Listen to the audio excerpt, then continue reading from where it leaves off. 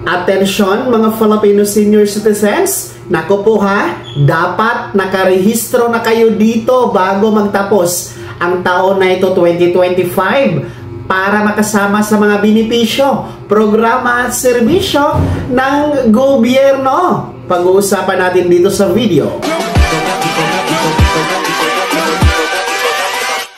Hold up.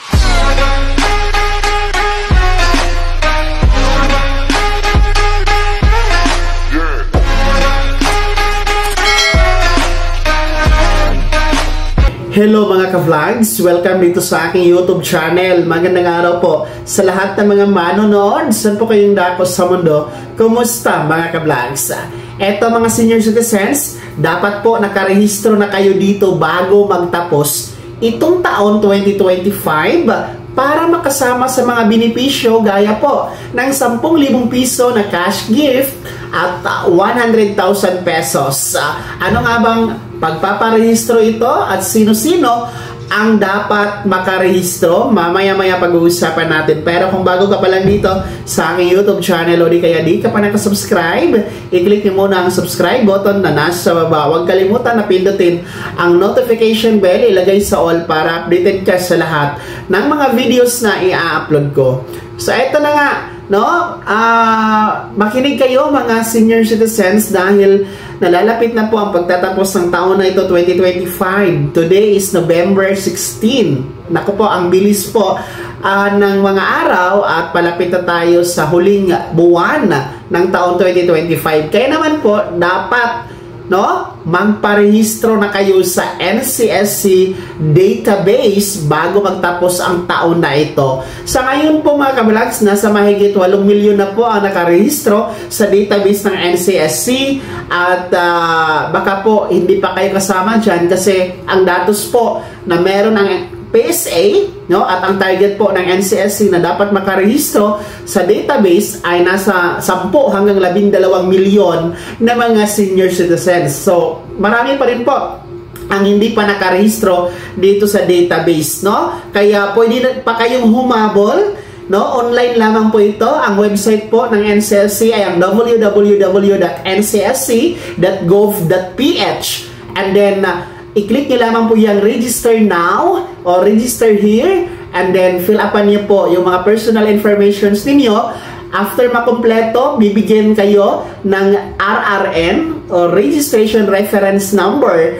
Patunay po na ang inyong personal informations, ang inyong pagpaparehistro ay naitala na sa database ni NCSC. Well, gaano nga ba kahalaga itong pagpaparehistro sa database ng NCSC bago magtapos ang taon 2025? Naku po, ang NCSC, inihayag na po nila na dapat talaga ang mga senior citizens nakarehistro na dito para po madali nila makita at ma-identify ang mga pangangailangan at kung ano po ang swak na programa at benepisyo para sa mga nakakatanda. Kasi nga po, marami ang nagtatanong na bakit kailangan pang magrehistro sa database ni NCSC gayong meron naman po silang record from the OSCA or DSWD. So, meron kasing mga katanungan at mga gustong impormasyon na gustong ipaprovide ni NCSC na wala po doon sa record ninyo sa OSCA or sa DSWD. So, gaya po doon sa yung mga skills ninyo, ano po yung mga gusto ninyong trabaho. So, wala yun sa OSCA and DSWD mga ka-vlogs. Kasi ang programa ngayon ni NCSC, meron tayong livelihood program kung saan nga po ang mga senior citizens maaari pong magkaroon ng trabaho sa pamamagitan po ng tour guide, na inilunsad na po yan una dyan sa Manila City mga ka-vlogs. So yan po ang kahalagahan bakit po kailangan magparehistro sa NCSC database. Aside from that, yung atin pong cash gift na 10,000 piso at yung 100,000 pesos, ay nasa NCSC na po yan. Sila na po ang namamahala simula pa noong January 1, 2025. Yung ating Expanded Centenarian Act Cash Benefit, yung Republic Act 11982 na magbibigay po ng 10,000 piso na cash gift para sa mga seniors na may edad 80, 85, 90 at 95 years old. And then yung ating 100,000 pesos cash gift for our seniors na merong milestone na edad na 100 years old ang NCSC na po ang namamahala dyan. Aside from that, meron tayong mga senior citizen community care center sa mga iba't ibang rehiyon ng bansa na siyang nagbibigay po ng holistic na aspeto po, activities and services para sa ating mga nakakatanda. Bagong programa po yan na tanging sa NCSC lamang po ang humahawak at namamahala mga ka-vlogs. So, uulitin ko sa mga hindi pa nakarehistro sa database ni NCSC, dapat nakarehistro na po kayo bago magtapos itong 2025. Uulitin ko ang website www.ncsc.gov.ph. No? Kung hindi kayo marunong magparehistro online, kasi maraming mga senior citizen ang hindi po marunong gumamit ng cellphone, malabo na ang mata, pwede kayo magpatulong sa inyong apo, sa inyong anak o mga miyembro sa pamilya. O di kayo naman po tumungo kayo sa OSCA office or NCSC regional office sa inyong lugar dahil handa po silang tumulong sa inyo. Nag-a-assist po yan sila sa inyo para po kayo maparehistro mga senior citizens.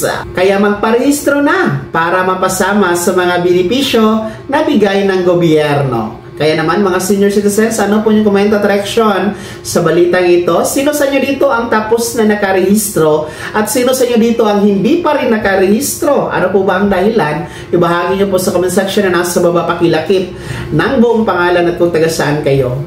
Bago ko magtapos sa video na to, kung gusto niyo po sumuporta sa aking YouTube channel, maaari niyo pong i-click ang ating super text button na nasa baba. Sa mga gusto mong i-miyembro, pwede i-click nyo lamang ating join button. Maraming perks dyan mga vlogs.